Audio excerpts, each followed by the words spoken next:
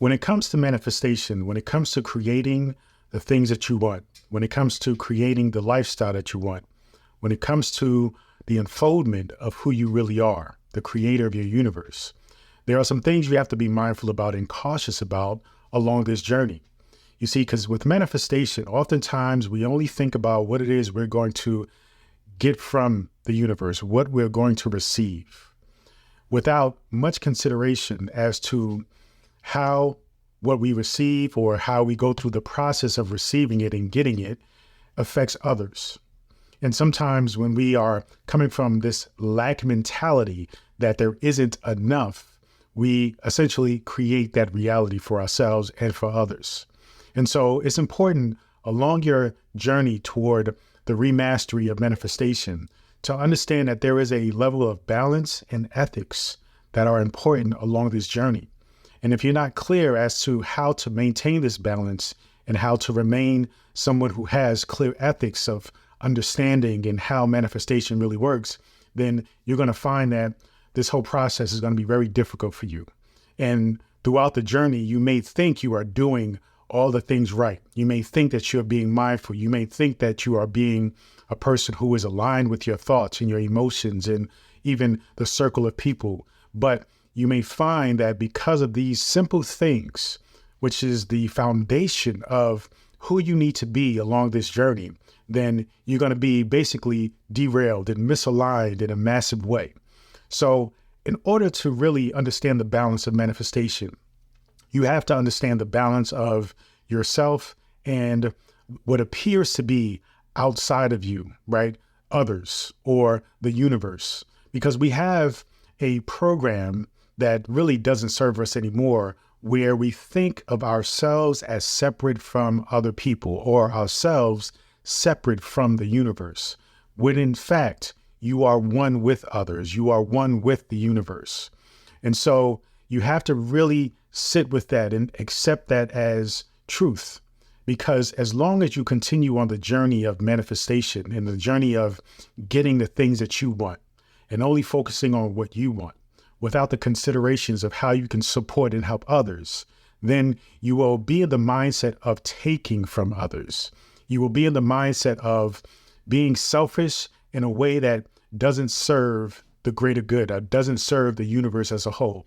So you have to be mindful about this whole process and continue to think of this whole entire journey as a journey of oneness with everything, as a journey of discovering that there is no separation, realization that there is no separation, that the universe is in fact a part of who you are as an individual. You see, now the tricky thing is recognizing that the individual aspect of who you are is created by the ego, which in its nature creates separation. But as you in tune with consciousness, recognizing that the real truth is that we are one, we are whole, right? There is a oneness that exists that cannot be dismantled or destroyed, but that the ego creates this illusion of separation in order to be able to protect oneself or to be able to have a sense of identity along this journey, because you are in fact on this journey so that way the universe can have an individualized experience called you. And as you go through this journey, you have to keep in mind that that ego is basically doing its job, creating this sense of illusion and separation, just so that way the universe can eventually have this experience of one, of being the other, of being yourself. But consciousness really is in the lead in knowing that really it's just a play of the game, right? Where you kind of have this idea, this creation of being, separate, but you really aren't separate. And that is the spiritual journey, is coming into the realization that you really are not separate. You are in fact, and always will be, one with all that is. And so that's how you maintain the balance of recognizing that people are just expressions or extensions of yourself. When you see people, though, they have their own reality and their own identity and their own universe, the part of them that you are experiencing is a creation of your own consciousness, a creation of yourself and all the very many layers of who you are. And so you have to identify that they are an extension of you.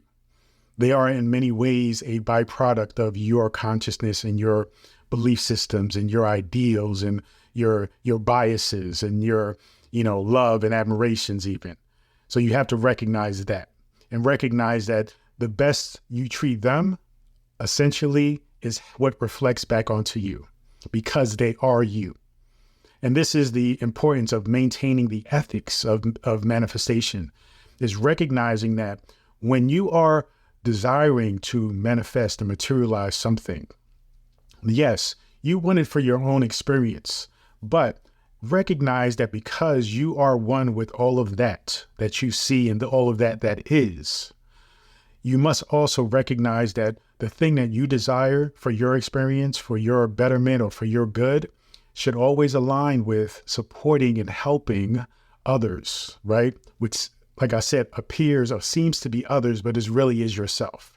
Whereas what happens is many people are so focused on themselves and getting what they need and getting what they want, while isolating the others, right? The projection of themselves, which is in other people, thus being somebody who is selfish, conniving, and manipulative and wanting to take from others because they don't identify that those others are in fact you. But when you are coming from a place of abundance, you recognize that they are you as well. And so as you create for yourself and materialize and manifest the dreams that resonate with you, you also think about ways and how that can positively influence and support others along their individual journey. You see, because they are a part of you, and you have to identify what really supports them the best and provide that the best way you can for them, recognizing that they are you. And so the ethics of manifestation isn't one of manipulation. It isn't one of taking advantage of people. It isn't one of taking from people without giving back, giving value to people. You see, manifestation is truly about an exchange. And when that exchange happens appropriately, that exchange happens rapidly and it continues to build a momentum. And that continues to create more and more energy and intensity, which allows you to essentially manifest more for yourself because you are then also acknowledging the oneness between you and others, thus giving to them as well, which really means giving to yourself. So you see how there's a cycle, a repetitive cycle that continues to grow over the course of this exchange that is constantly going on. And as long as you are in alignment and in flow of this exchange, you will also get the most benefit. So recognize that the ethics, right, and the ability to create the things that you want has to be maintained in a state of balancing the fact that you are not alone. You are not on an island alone. You are not by yourself in this process. In fact, to materialize and manifest things, you need other people. You see, that is a good example of how they are an extension of you. And the better you treat those whom you need to manifest and materialize the things that you want, the more likely they are to support you in creating that. So recognize that the oneness of all things is the overall lesson and the objective of what you need to realize along this journey of manifestation or rediscovering your mastery of manifestation, because it is essentially the blueprint. It is essentially the thing that is going to support you in coming into the realization that you are, in fact, the creator of your universe. And now I ask you, what kind of universe do you want to create? Do you want to create one of abundance where all around you are happy, complete, and inspired? Or do you want to create one where you are constantly scratching and being sneaky and manipulative in order to get the things that you want while not considering the others, right? Where you are constantly worrying about, creating things for yourself and, those around you being envious or being jealous of you. You see, that is a byproduct of creation of not recognizing the oneness. Because if you recognize that they are not you, then you are left with an assumption that they are against you.